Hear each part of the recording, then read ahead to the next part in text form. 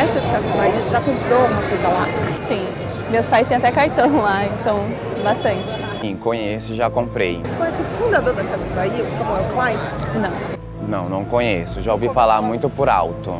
E o lado B? Você sabia que Samuel Klein teria uma rede de exploração sexual de meninas e adolescentes? Não. Em novembro de 2024, a Agência Pública de Jornalismo Investigativo lançou os 4 episódios do podcast O Caso K, a história oculta do fundador das Casas Bahia. A série documental traz relatos chocantes e devastadores que relatam casos de crimes sexuais cometidos contra crianças e adolescentes pelo rei do varejo Samuel Klein, morto em 2014. Em 2021, a agência já tinha publicado uma série de reportagens sobre o caso. Apesar dos processos judiciais e de um vasto material comprovando os crimes, esses casos foram praticamente ignorados pela grande imprensa, que tinha as Casas Bahia como principal anunciante. O jornalista Tiago Dominici, que comandou a equipe da Pública durante essa investigação, é o convidado do Resenha no DECOM. Tiago, super obrigada por aceitar o nosso convite. E a primeira pergunta que eu queria te fazer é como é que esse caso chegou até você?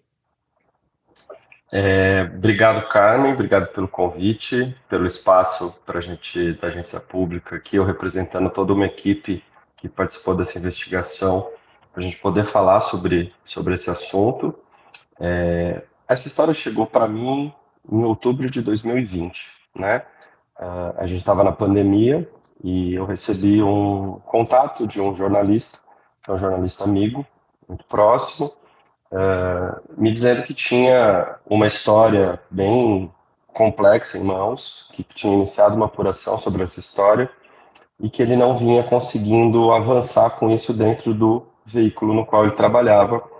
E aí ele estava se sentindo muito frustrado com o fato de não poder fazer a denúncia.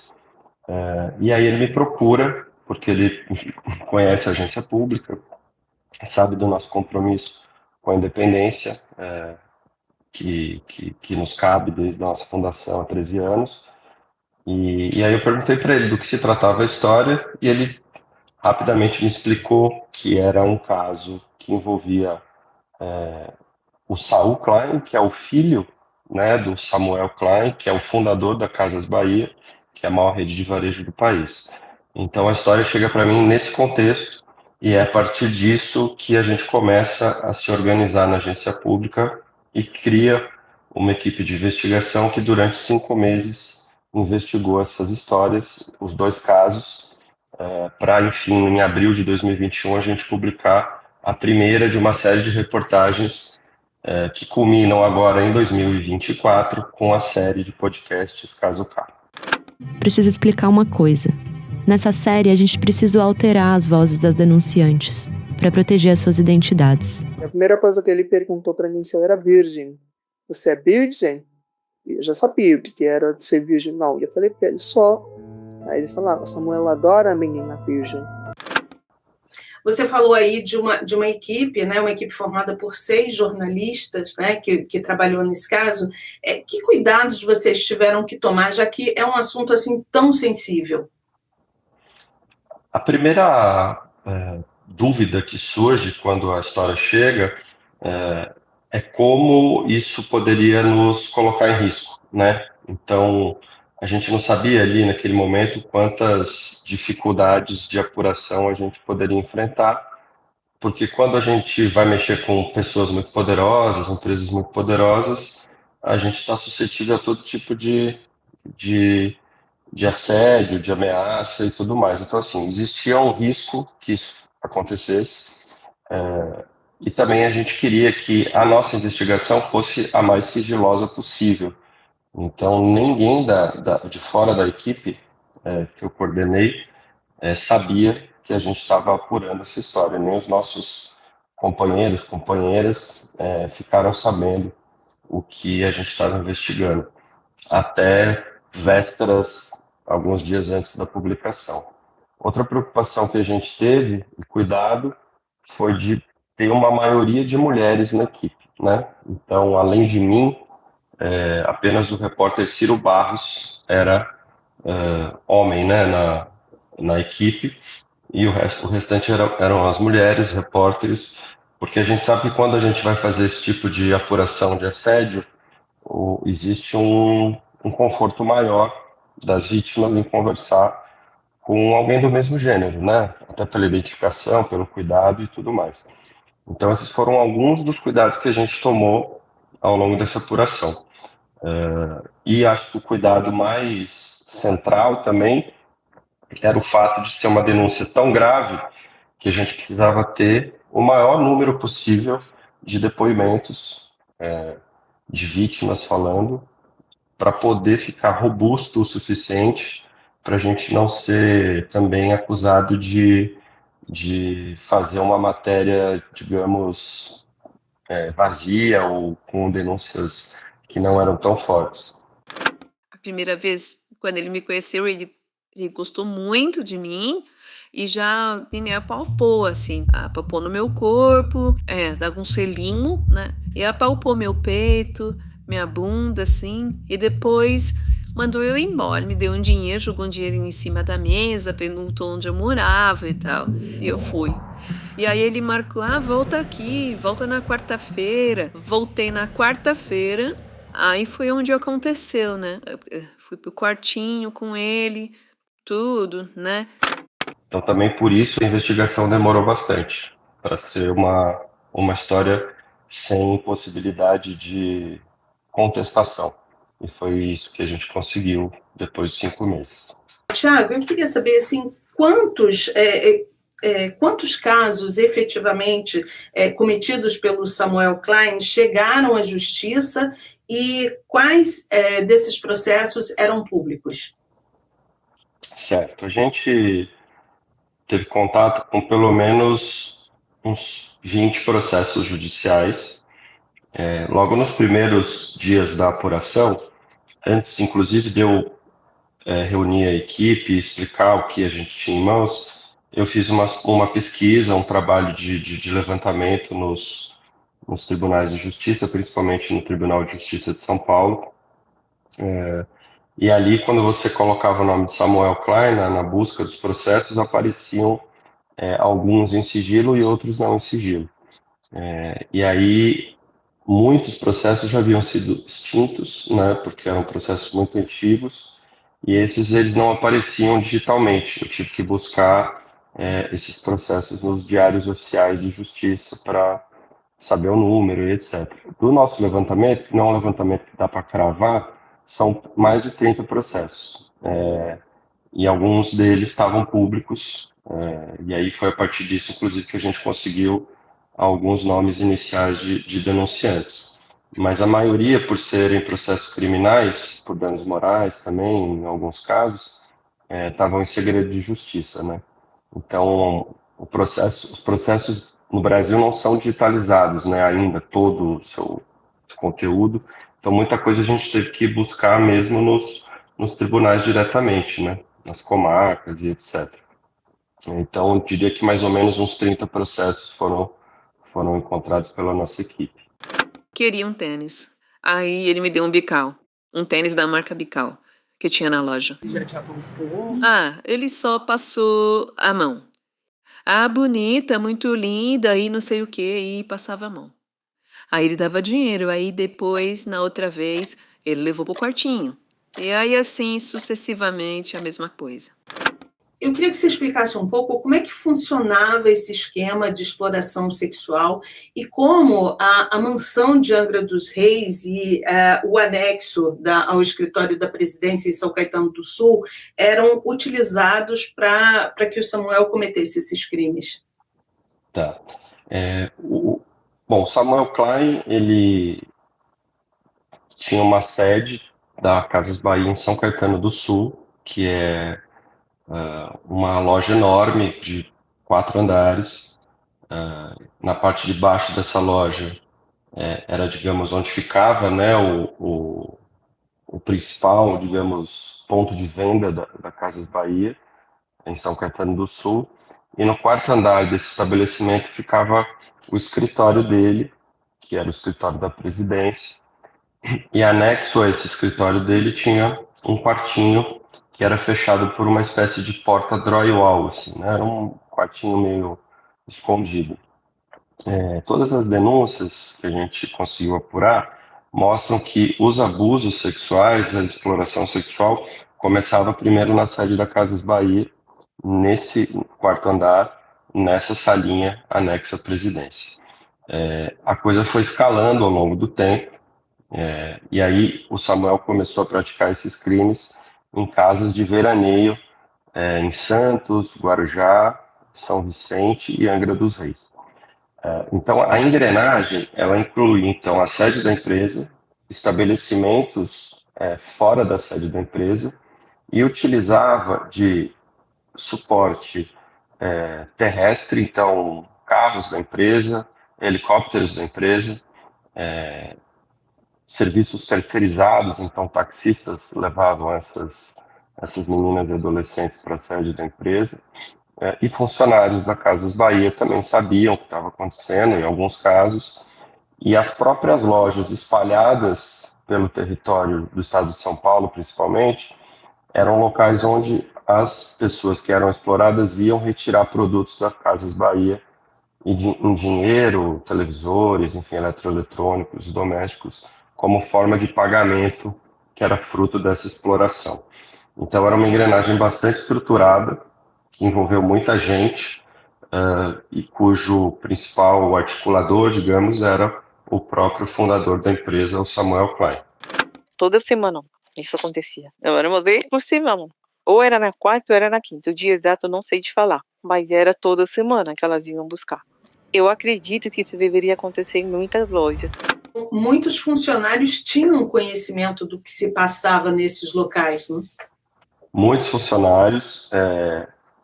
funcionários dos mais variados tipos, desde um caixa de loja até um diretor de empresa. Era muito comum, pelos relatos, que todo mundo sabia o que estava acontecendo, todo mundo até brincava com as circunstâncias naquele período, né? Não era visto por muita gente como uma situação anormal e criminosa. Era visto como um exotismo, digamos assim, do seu fundador, que gostava de crianças e adolescentes virgens. Hoje, olhando no retrovisor, né, a gente vê que a sociedade, felizmente, evoluiu muito nesse aspecto de identificar que isso é um grande problema, que isso é crime e precisa ser punido, investigado, né? Infelizmente, o Samuel, por tantas outras questões, morreu impune, sem ser incomodado por pelo menos 30 anos de exploração sexual e crimes sexuais que ele cometeu. Aí encostei assim, perto da mesa, ele veio mais perto. Aí eu olhei para as meninas, vai lá, ele é bonzinho, sabe esse tipo de coisa? E eu me aproximei, no que eu me aproximei dele, eu falei, senta aqui, colinho, Samuel, senta. E eu sentei. E ali ele começou a acariciar o meu rosto, o meu cabelo, dizendo que era menina muito bonita. E a primeira coisa que ele perguntou para mim se eu era virgem.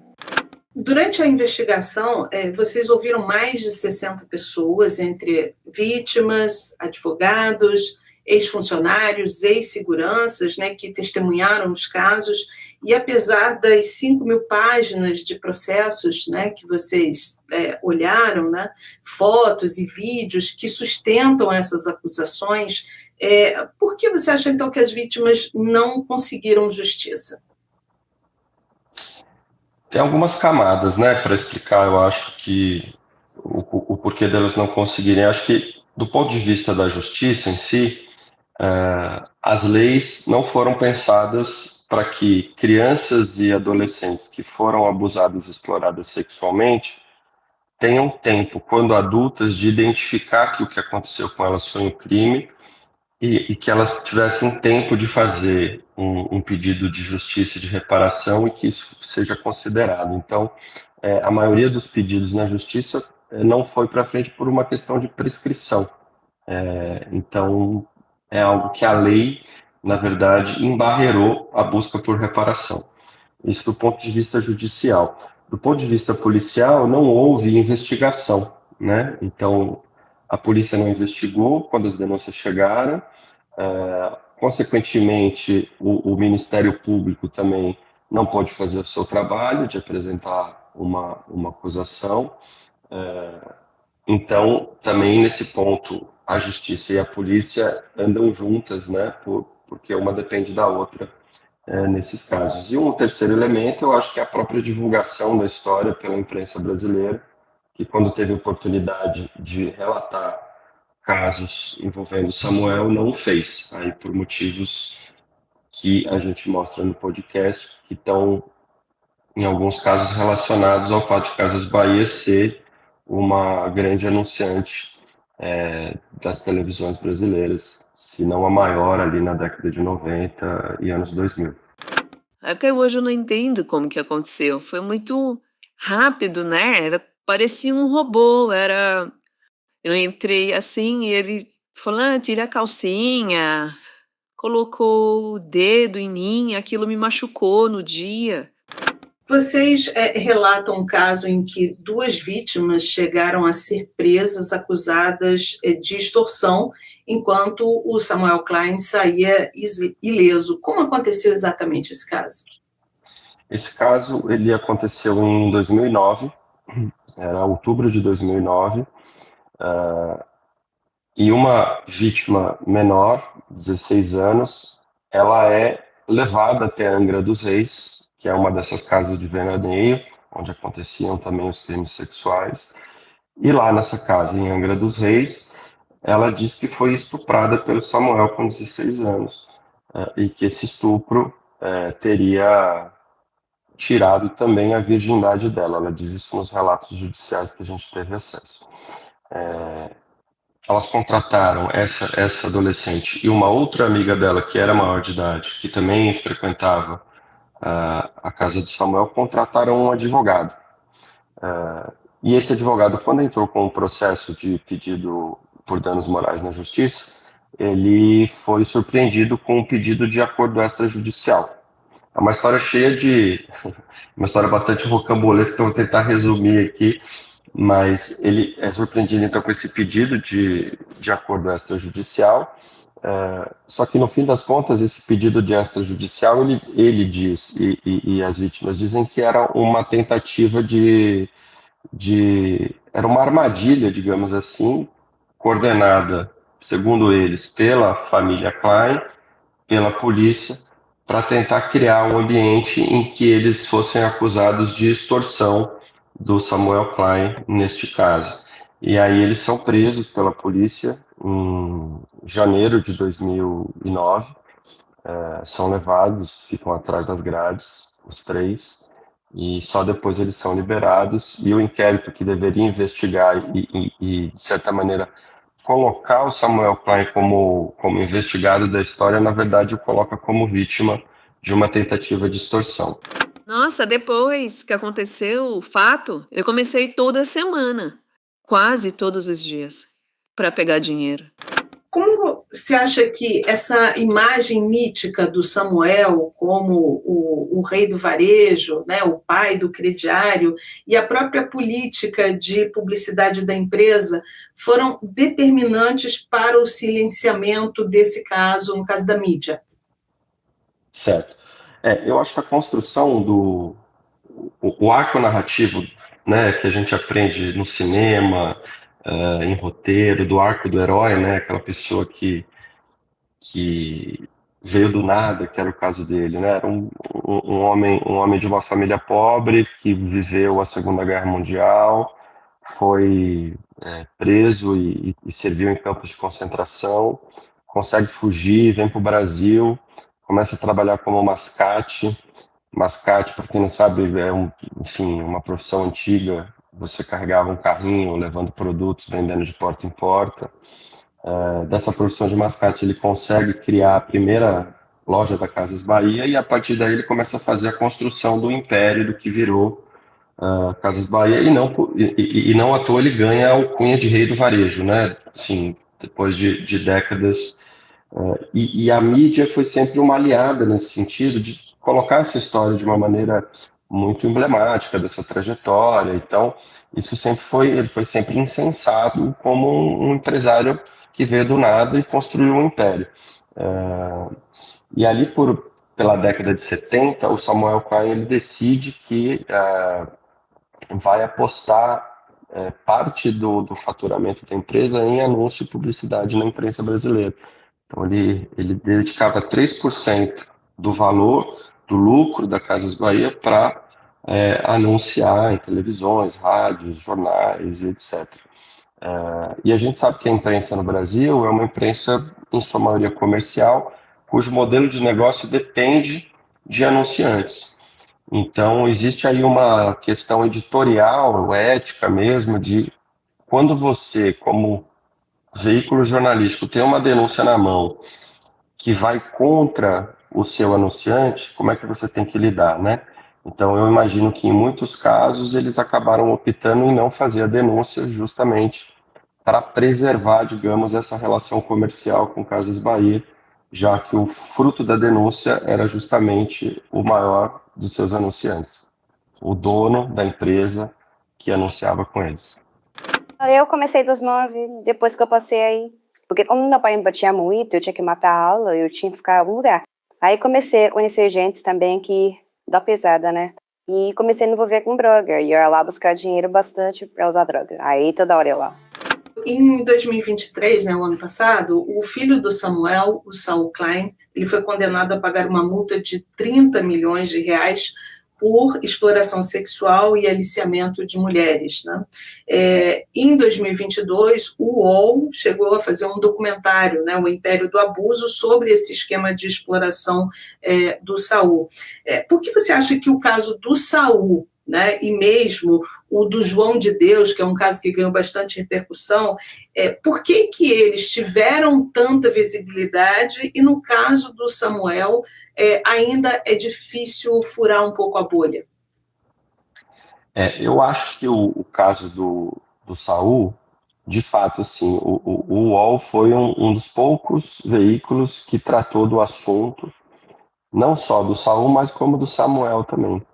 Talvez o UOL não tivesse a dimensão ali na apuração que fez do quão grande era a história do Samuel. O caso do Saul foi divulgado de maneira bastante ampla, não só, né, na imprensa digital, mas também na TV. Teve uma matéria do Fantástico sobre isso, teve matéria da CNN sobre isso. Só que quando o Saul ele é denunciado, ele já não faz mais parte da Casas Bahia diretamente. Ele já tinha saído da sociedade, digamos assim, né? Ele era um herdeiro que já tinha recebido a herança fruto daquele império do varejo.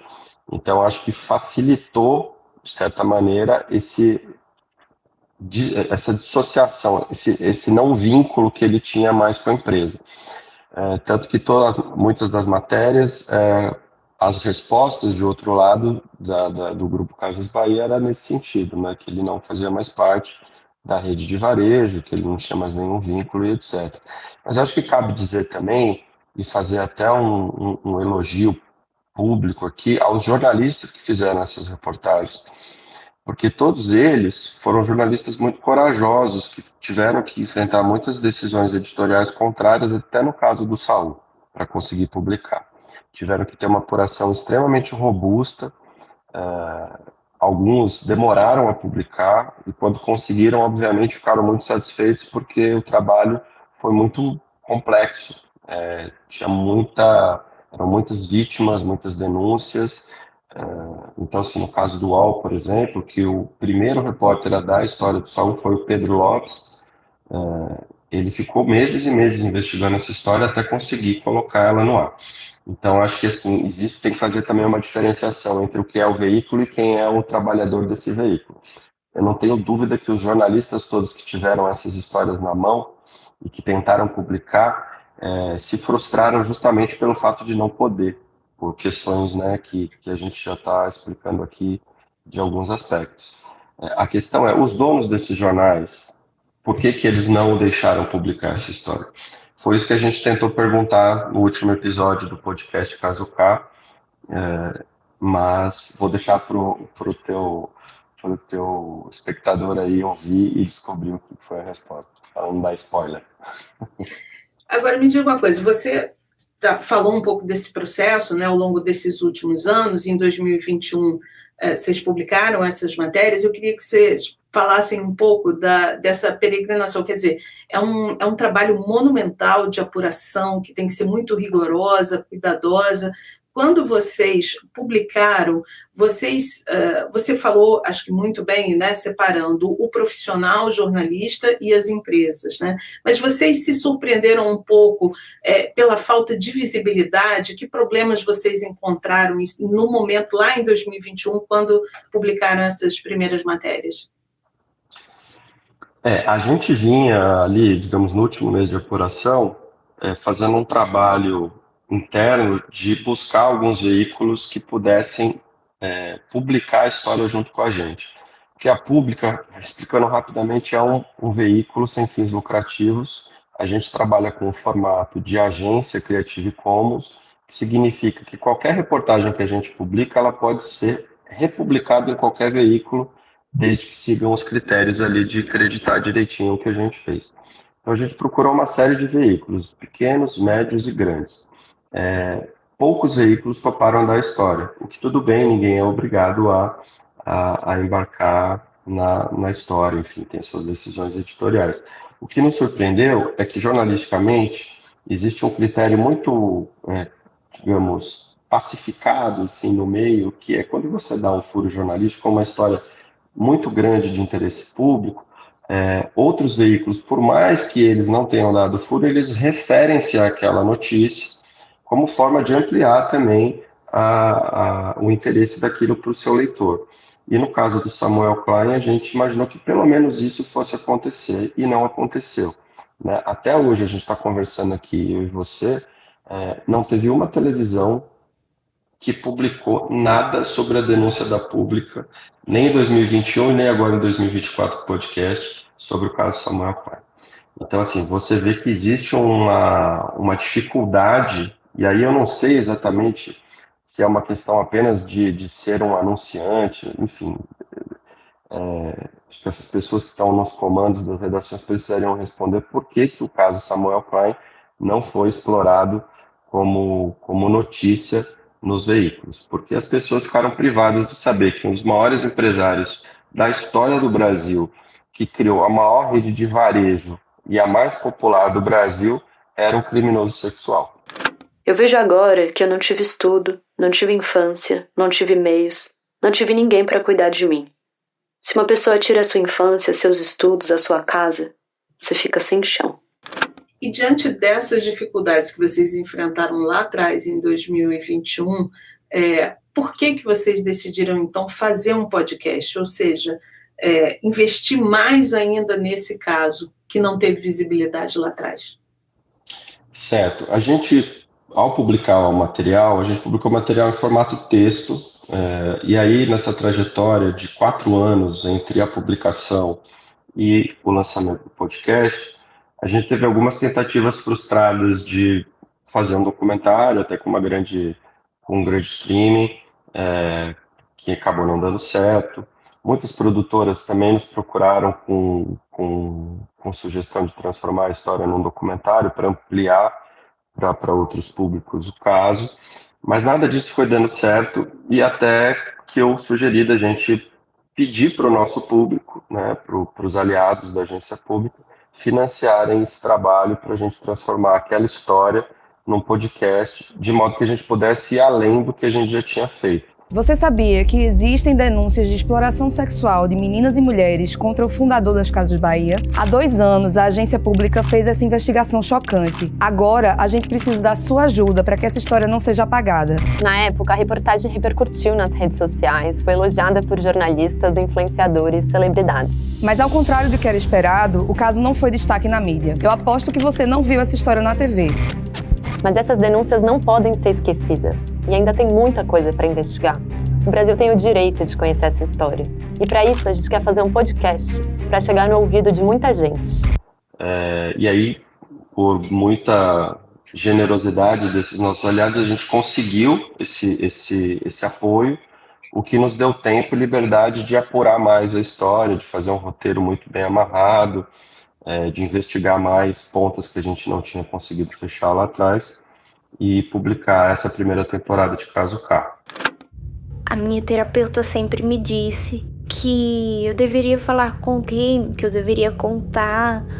Só que são coisas tão...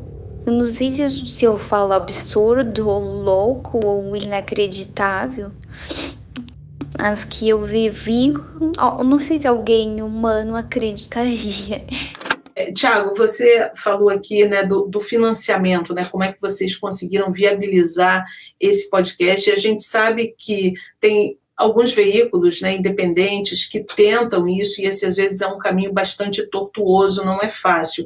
Eu queria que você explicasse um pouco qual foi a estratégia que vocês usaram para viabilizar esse podcast com o público, né, com esse financiamento do público, né, quais foram as dificuldades, vocês colocaram alguma meta, como é que foi?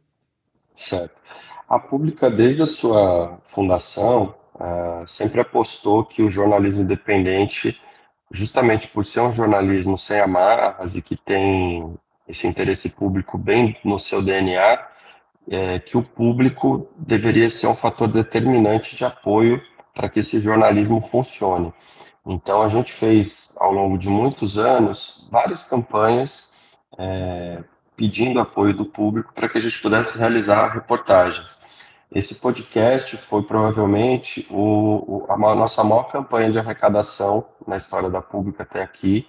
A gente colocou uma meta de R$90 mil para poder realizar o podcast e a gente alcançou. Foram mais de 1.700 doações, doações esporádicas e doações recorrentes. E a gente ficou extremamente impressionado com o poder de mobilização que esse caso angariou assim, com esse público aliado. Assim, a Pública hoje, só para você ter uma ideia, até para ter uma noção, 10% do que a gente arrecada para fazer jornalismo vem dos nossos aliados. É um valor até alto num cenário brasileiro em que o apoio ao jornalismo e a filantropia ainda é algo muito pouco claro para as pessoas, né? De que apoiar o jornalismo é algo fundamental para o fortalecimento da democracia, enfim.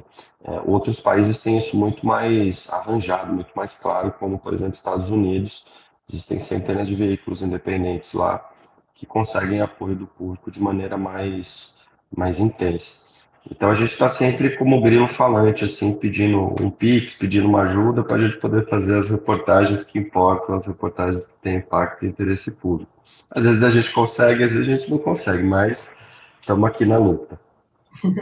E no quarto e último episódio dessa primeira temporada, vocês lá no finalzinho falam que esse esquema de exploração, nessa investigação vocês descobriram que esse esquema não se restringiu a pai e filho, né? Esse é o gancho para a segunda temporada. Qual a novidade que você pode contar para a gente sobre essa segunda temporada? Certo. A gente, na primeira temporada, faz uma trajetória sobre a história do Samuel Klein, sobre a história da Casas Bahia, e conta de maneira bastante didática e de maneira linear como é que esse esquema de exploração foi se desenrolando ao longo das décadas, desde a fundação da Casas Bahia, e como é que o Samuel foi arregimentando apoio para que essa engrenagem funcionasse. E aí a gente, nesse tabuleiro, digamos assim, a gente coloca quais foram os atores que participaram dessa engrenagem, colocando como protagonismo justamente as pessoas que mais sofreram com isso, que são as mulheres, as vítimas, né, as pessoas que denunciaram os casos de abuso e exploração. No final ali do último episódio, do quarto episódio, a gente fala do caso do filho do Saul Klein, que, como você já falou, foi condenado a pagar 30 milhões, mas ele não pagou esse valor ainda. Isso ainda não é algo, digamos, que transitou em julgado, né? Então, ele segue impune ainda diante dessas denúncias. E a nossa segunda temporada ela vai tratar não só do caso Saul, de maneira a revelar novas camadas dessa história, como a gente vai tratar de um elemento surpresa que eu não posso te falar ainda por uma questão de apuração, mas quando eu falo ali que é uma geração familiar de abusadores, de criminosos. É isso que a gente vai tentar explorar de maneira mais clara na segunda temporada. Não foi só Samuel, não foi só Saul.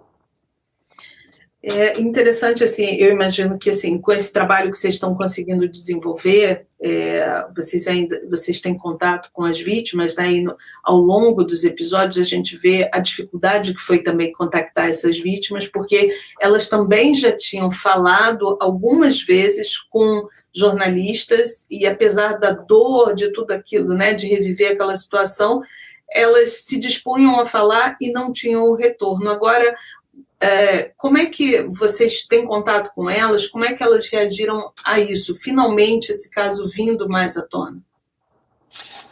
Posso te falar especificamente de uma delas, né, que está no podcast, que é a Stephanie, com quem eu tenho proximidade. A gente acabou criando uma relação de fonte em que a gente conversa bastante sobre o caso até hoje.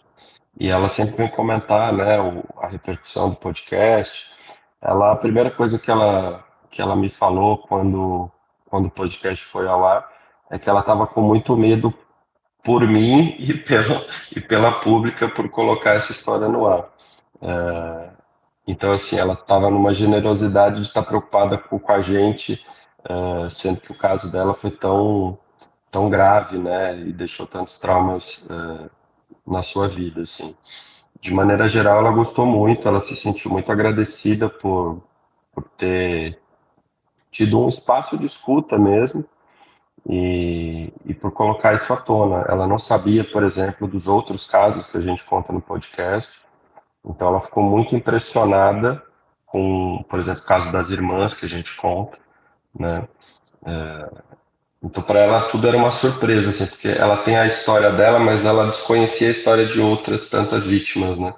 Então, acho que ela diz assim, poxa, eu me reconectei um pouco mais com o meu passado também, que foi tão doloroso, sabendo que outras pessoas viveram o que eu vivi e eu nunca tive chance de falar com essas pessoas. Então, ouvi-las pelo podcast é uma forma de conforto também para o que eu vivi, né? Eu não estive sozinha nesse sofrimento, né? E ambas, né? Todas as vítimas que a gente falou ainda tem uma grande incógnita sobre a questão da reparação, né? Elas acreditam que tanto a reportagem quanto o podcast poderia trazer alguma mobilização que levasse algum tipo de reparação para elas, mas isso infelizmente ainda não aconteceu, né? Existe uma indignação de quem ouve, de quem divulga a história, mas digamos, as engrenagens do Estado ainda não foram, não acordaram para o caso a ponto de tentar se articular para ver o que poderia ser feito como forma de reparação. Também é uma situação delicada juridicamente, porque não tem nenhum tipo de comprovação judicial dos crimes do Samuel, porque morreu impune e sem ser investigado. Então, o que existe basicamente é a investigação que a agência pública fez e esses vários processos que muitos foram extintos ou foram firmados acordos extrajudiciais para que não viessem à tona. Então, de fato, é uma história difícil de conseguir reparação mesmo. Era aquele negócio, você não tem uma amiguinha? Traz uma amiguinha diferente que eu te dou um presentinho. Tiago, eu gostaria de te agradecer assim, muitíssimo por essa entrevista, convidar todo mundo a ler as reportagens que estão no site da Pública e o podcast também nas plataformas de áudio. São relatos, assim, como eu falei, realmente devastadores, e é impressionante como essa história demorou tanto tempo, né, para ganhar um pouco mais de fôlego e vir à tona. Realmente é um trabalho, assim, que vocês fizeram, que merece um registro, né? E estou ansiosa para ver a segunda temporada também, né? E espero que tenha uma repercussão maior ainda, porque esse trabalho é sensacional e essas mulheres merecem reparação, né? Por tudo que passaram, por tudo que viveram e carregam isso na sua história. Então, super obrigada, Tiago.